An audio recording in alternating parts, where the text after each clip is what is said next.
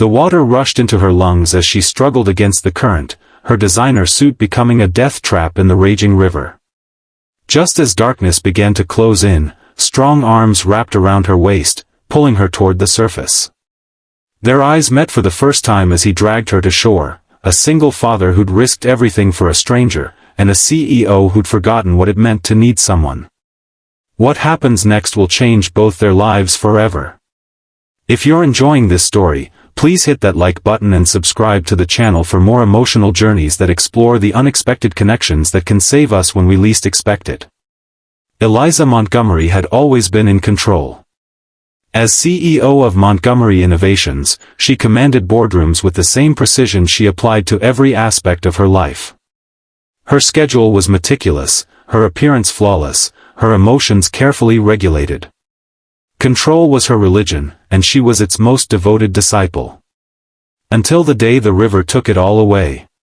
She hadn't planned to stop at the scenic overlook during her drive back from the failed acquisition meeting. Something about the rushing water below had called to her, perhaps a reminder that some forces couldn't be negotiated with or intimidated into submission. The wooden observation deck had seemed sturdy enough as she stepped out to clear her head. The crack came without warning. One moment she was standing safely above the river, the next she was plummeting toward its churning surface, her scream lost in the roar of the water. The impact knocked the breath from her lungs. Her Louboutins were torn from her feet instantly, her tailored suit becoming waterlogged within seconds. Eliza had never considered herself a strong swimmer, but she'd never imagined drowning would feel like this, a violent, chaotic struggle against a force that cared nothing for her wealth or status. She fought desperately, but the current was relentless, dragging her under repeatedly. Each time she broke the surface, she gasped for air, only to be pulled down again. Her limbs grew heavier, her thoughts more scattered. This wasn't how her story was supposed to end, not anonymously, not alone, not without accomplishing everything she'd sacrificed so much to achieve. As darkness began to close in around the edges of her vision, Eliza felt something unexpected, not fear, but a profound regret for all the connections she'd severed in pursuit of success. Then, through the watery blur, she saw him. A man diving into the river without hesitation, powerful strokes cutting through the current toward her. As consciousness began to slip away, strong arms wrapped around her waist, pulling her upward with surprising strength. "I've got you," a voice said near her ear. "Just hold on." She couldn't respond, could barely process the words, but she felt herself being moved through the water, guided by someone who knew what they were doing. The journey to shore seemed endless, punctuated by moments when she was certain they would both be dragged under. When they finally reached the riverbank, Eliza collapsed onto the muddy ground, coughing violently as water poured from her lungs. Through tear-blurred eyes, she saw her rescuer for the first time, a man in his mid-30s with dark hair plastered to his forehead and concerned eyes that seemed to look straight through her carefully constructed facade. "Can you breathe?" he asked, kneeling beside her, his own breathing labored. "I need to know if you can breathe." She nodded weakly, unable to form words yet.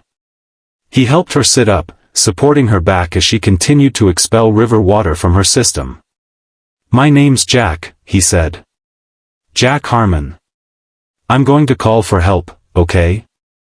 As he reached for his phone, somehow still in his pocket, Eliza noticed the mud covering her once pristine suit, the absence of her shoes, and the complete destruction of the image she'd spent decades perfecting. Strangely, in that moment, it didn't seem to matter.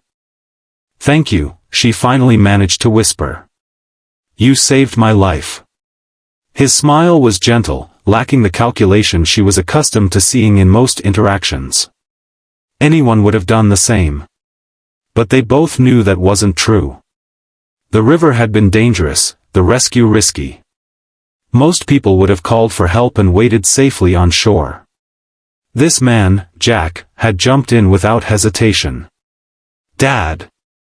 A child's voice called from up the path. "Dad, where are you?" Jack turned toward the sound. "Down here, Lily." "Stay where you are, I'm coming up." He looked back at Eliza apologetically. That's my daughter. She's 10. We were having a picnic when I saw you fall. He hesitated. Will you be okay for a minute while I go let her know I'm all right? She must be terrified. Eliza nodded, struck by the immediate shift in his priorities. Even after risking his life for a stranger, his first concern was for his child. Go, she said. I'm fine. As Jack climbed the embankment to reassure his daughter, Eliza took stock of her situation. Her phone was gone, likely somewhere at the bottom of the river. Her car keys had been in her suit pocket, but whether they were still there was another question entirely. She was soaking wet, shoeless, and miles from the nearest town. For perhaps the first time in her adult life, Eliza Montgomery was completely vulnerable. When Jack returned a few minutes later, he had a small girl with him, dark-haired like her father, with serious eyes that regarded Eliza with undisguised curiosity. "This is Lily," Jack said. "Lily, this lady had an accident and fell in the river. I helped her get out." "You're all wet," Lily observed, stating the obvious with the directness only children can manage. Despite everything, Eliza found herself smiling. "Yes, I am. We have towels in our picnic basket," Lily said. "And sandwiches. Are you hungry?" Before Eliza could respond, Jack interjected. "I think we should get the lady to a hospital first, sweetheart. She was underwater for a while." "I don't need a hospital," Eliza said quickly, the thought of emergency rooms and waiting and the inevitable media attention making her chest tighten. "I just need to get back to my car and find my spare key." Jack frowned. "You nearly drowned. You should be checked out by a doctor." "I'm fine," she insisted, attempting to stand to prove her point. Her legs, however, had other ideas, buckling beneath her almost immediately. Jack caught her before she hit the ground, his arms strong and steady around her waist. For a moment, they were close enough that she could see the flecks of gold in his brown eyes, could feel the solid warmth of him against her chilled skin. "You're not fine," he said quietly. "Let me help you." Something in his voice, a gentleness without pity, a strength without dominance, made it impossible for her to maintain her usual defenses. "Okay," she conceded. "But not a hospital. Just, help me get somewhere I can call my assistant." Jack nodded. "We can go to my place. It's not far from here, and Lily and I were heading home anyway. You can get cleaned up, borrow some dry clothes, and make whatever calls you need to." Under normal circumstances, Eliza would never have considered going to a stranger's home. But these circumstances were far from normal, and something about Jack Harmon made her trust him in a way she rarely trusted anyone. "Thank you," she said simply. The drive to Jack's house was quiet, with Lily occasionally breaking the silence to point out landmarks or ask innocent questions that Eliza answered as best she could through chattering teeth. Jack had wrapped her in a picnic blanket, but her wet clothes still clung to her skin, making the air conditioning in his modest SUV feel arctic. His home, when they arrived, was a surprise. Eliza had expected something small and utilitarian, a bachelor pad hastily converted to accommodate a child. Instead, she found herself in a charming craftsman-style house with a wraparound porch and carefully tended garden. Inside, the space was warm and lived in, with books stacked on coffee tables and children's artwork framed on walls alongside professional photographs of landscapes that took her breath away. "You're a photographer?" she asked, gesturing to one particularly striking image of a mountain sunrise. Jack nodded, a hint of color touching his cheeks. "That's my day job. I do commercial work to pay the bills, but nature photography is what I love." "He's really good," Lily added proudly. "Mom always said he should be famous." A shadow crossed Jack's face at the mention of Lily's mother, but he recovered quickly. "The bathroom's this way," he said to Eliza. "I'll find you something dry to wear." The bathroom was as charming as the rest of the house, with vintage fixtures and handmade soaps that smelled of lavender. Eliza caught sight of herself in the mirror and barely recognized the woman staring back at her, hair tangled and dripping, makeup washed away, designer suit ruined beyond repair. Strangely, she didn't feel the panic she would have expected at such a complete dismantling of her carefully constructed image. Instead, there was an odd sense of liberation in being seen at her worst and still treated with kindness. A soft knock at the door interrupted her thoughts. "I have some clothes," Jack called. "They'll be big, but they're dry."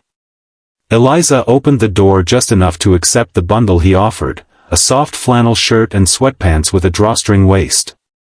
"Thank you," she said. "For everything." He nodded, his eyes meeting hers briefly before he looked away. "Take your time. There's a dryer if you want to try salvaging your, suit." The way he said it made it clear he thought the garment was beyond saving, and he was probably right. Still, Eliza appreciated the gesture. Once alone again, she peeled off her sodden clothes, wringing them out in the bathtub before hanging them over the shower rod. The suit had cost more than most people's monthly rent, but now it was just wet fabric, its power and prestige washed away by the river. Jack's clothes enveloped her in softness and the faint scent of laundry detergent. The flannel shirt hung to mid-thigh, the sleeves extending well past her fingertips until she rolled them up. The sweatpants required the drawstring pulled tight and the legs rolled up multiple times. The overall effect was ridiculous, but also strangely comfortable. When she emerged from the bathroom, she found Jack in the kitchen, making tea while Lily sat at the counter, drawing with intense concentration. "Feel better?" he asked, looking up from the steaming mugs. "Much," Eliza admitted. "Though I'm afraid I don't exactly look professional." His smile was warm. "I think you look perfectly fine for someone who went swimming in a river with all their clothes on." There was something disarming about his humor, gentle, without a hint of mockery. Eliza found herself smiling back, the tension in her shoulders easing slightly. "Do you take honey in your tea?" he asked, sliding a mug toward her. "I don't know," she admitted. "I usually drink coffee. Black." "Try it with honey," Lily suggested, looking up from her drawing. "Dad says it's good for you when you're cold." Eliza accepted the honey with a nod of thanks, stirring a small spoonful into the steaming liquid. The warmth of the mug against her palms was comforting, grounding her in the present moment. "I should call my assistant," she said after taking a sip. "She can arrange for a car to pick me up." Jack nodded. "Of course. The phone's on the wall there, or you can use my cell." The fact that he still had a landline was oddly charming. Eliza opted for his cell phone, stepping into the living room for privacy as she dialed her assistant's number from memory.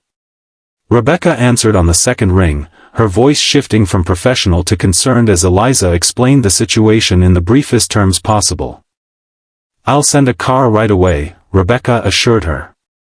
"And I'll bring a change of clothes." "Are you sure you don't need medical attention?" "I'm fine," Eliza insisted. "Just get me out of here as quickly and quietly as possible." As she ended the call, she became aware of Jack standing in the doorway, his expression unreadable. "Your ride is coming?" he asked. She nodded. "My assistant is sending a car.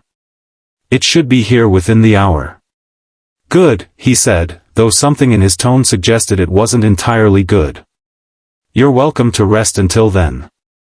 The couch is comfortable." Eliza glanced at the couch in question, overstuffed and inviting, with a handmade quilt draped over one arm. It looked like the kind of place where people actually relaxed, rather than the sleek, Instagram-worthy furniture that filled her own home. "Thank you," she said, settling onto the edge of the cushion. "For everything. I don't know how to repay you." Jack shook his head. "You don't need to repay me. I'm just glad I was there." "Most people wouldn't have done what you did," she persisted. "They would have called 911 and waited for professionals." He shrugged, the movement drawing her attention to the breadth of his shoulders beneath his own dry flannel shirt. "I'm a certified lifeguard. I teach swimming lessons at the community center on weekends." Of course he did. Everything about Jack Harmon seemed designed to challenge her preconceptions: a single father who was also an artist, who taught swimming lessons and made tea with honey, who risked his life for strangers and asked nothing in return. "Still," she said, "I owe you my life. At the very least, let me compensate you for your time and the clothes." His expression shifted, a hint of disappointment flickering across his features. "I don't want your money, Ms. Montgomery," she supplied. "Eliza Montgomery." Recognition dawned in his eyes. "Of Montgomery Innovations?" She nodded, bracing herself for the change that usually came when people realized who she was: the sudden deference, the calculated interest, the subtle shift from person to potential resource. But Jack's expression remained unchanged. "Well, Ms. Montgomery, I still don't want your money. But if you're determined to repay me, you could join Lily and me for dinner while we wait for your car. She's been asking about you, and I make a decent pasta." The invitation caught her off guard. When was the last time someone had asked her to dinner without an agenda? When was the last time she'd eaten a meal that wasn't business-related or solitary? "I wouldn't want to impose," she said automatically.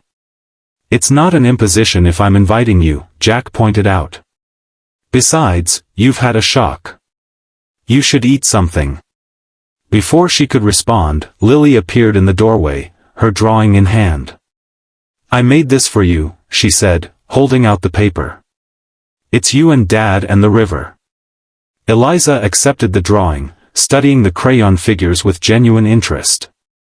Lily had depicted the rescue with surprising detail: Jack swimming toward a figure with long dark hair, the blue swirls of the river surrounding them. "This is beautiful," Eliza said, touched by the child's gesture. "Thank you, Lily." The girl beamed. "Are you staying for dinner? Dad makes really good spaghetti." Faced with two expectant faces, one small and hopeful, the other adult and quietly encouraging, Eliza found herself nodding. "I'd like that," she said. "If you're sure it's no trouble." Jack's smile was worth the momentary vulnerability. No trouble at all. Dinner preparation became an unexpectedly communal affair. Lily appointed herself Eliza's guide, showing her where everything was kept in the kitchen and explaining her father's cooking process with the seriousness of a television chef. "He always puts a secret ingredient in the sauce," she confided. "He won't tell me what it is, but I think it's love." Jack laughed from his position at the stove. "Or maybe it's just good quality tomatoes." "Nope," Lily insisted. "It's definitely love. Mom used to say you could taste it." Again, that shadow crossed Jack's face at the mention of Lily's mother. Eliza found herself wondering about the woman who had once shared this kitchen, who had appreciated Jack's cooking and recognized the love in it. "Where is your mom?" she asked Lily before she could stop herself, immediately regretting the question when she saw Jack tense.